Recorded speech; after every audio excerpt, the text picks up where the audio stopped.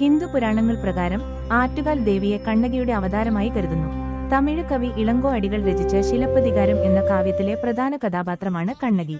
കണ്ണകിയെ ദേവി പാർവതിയുടെ ഒരു അവതാരമായി കരുതുന്നു. ആറ്റുകാൽ അമ്മയായി ആരാധിക്കപ്പെടുന്നത് ഈ രൂപത്തിലാണ്.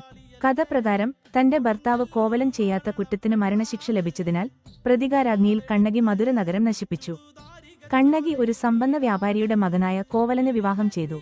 അവർ കാവേരിപട്ടണത്തിൽ സന്തോഷത്തോടെ ജീവിച്ചിരുന്നു. എന്നാൽ പിന്നീട് കോവലൻ മാധവി എന്ന നർത്തകിയോട് ആകർഷിതനായി.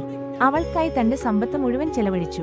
തന്റെ തെറ്റ് മനസ്സിലാക്കിയപ്പോൾ എല്ലാം നഷ്ടപ്പെട്ട അവൻ കണ്ണകിയിലേക്ക് തിരികെ വന്നു.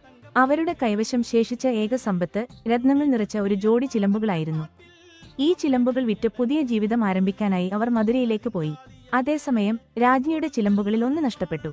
അത് കണ്ണകിയുടെ ചിലമ്പുമായി വളരെ സാമ്യമുണ്ടായിരുന്നു. വ്യത്യാസം, രാജ്ഞിയുടെ ചിലമ്പിൽ മുത്തുകളും കണ്ണകിയുടേതിൽ രത്നങ്ങളും നിറഞ്ഞിരുന്നതാണ്. കോവലൻ രാജ്ഞിയുടെ ചിലമ്പ് മോഷ്ടിച്ചു എന്നാരോപിച്ച് മധുരയുടെ രാജാവായ നെടുഞ്ചെഴിയൻ അവനെ വധിക്കാൻ ഉത്തരവിട്ടു. ഈ വിവരം അറിഞ്ഞ കണ്ണകി അത്യന്തം കോപിതയായി. തന്റെ ഭർത്താവിന്റെ നിരപരാധിത്വം തെളിയിക്കാൻ അവൾ രാജധാനിയിലെത്തി. തന്റെ ചിലമ്പിനുള്ളിൽ രത്നങ്ങളാണെന്ന് അവൾ തെളിയിച്ചപ്പോൾ രാജാവിനും രാജ്ഞിക്കും അവരുടെ തെറ്റ് മനസ്സിലായി. രാജ്ഞിയുടെ ചിലമ്പിൽ മുത്തുകളാണെന്ന്. കോപാകുലയായ കണ്ണകി മധുര നഗരം നശിപ്പിച്ചു. തുടർന്ന് അവൾ കൊടുങ്ങല്ലൂരിലേക്ക് പുറപ്പെട്ടു. വഴിമധ്യേ അവൾ ആറ്റുകാലിൽ വിശ്രമിച്ചു. ആറ്റുകാൽ പൊങ്കാല സമയത്ത് ആലപിക്കുന്ന തോട്ടംപാട്ടുകൾ കണ്ണകിയുടെ കഥയെ ആധാരമാക്കിയതാണ്. ആറ്റുകാൽ ദേവിയെ അർപ്പണഭക്തിയോടെ പ്രാർത്ഥിക്കുന്നവരുടെ അഭിലാഷങ്ങൾ ദേവി ശക്തി പാർവതി നിറവേറ്റുമെന്ന് വിശ്വസിക്കുന്നു.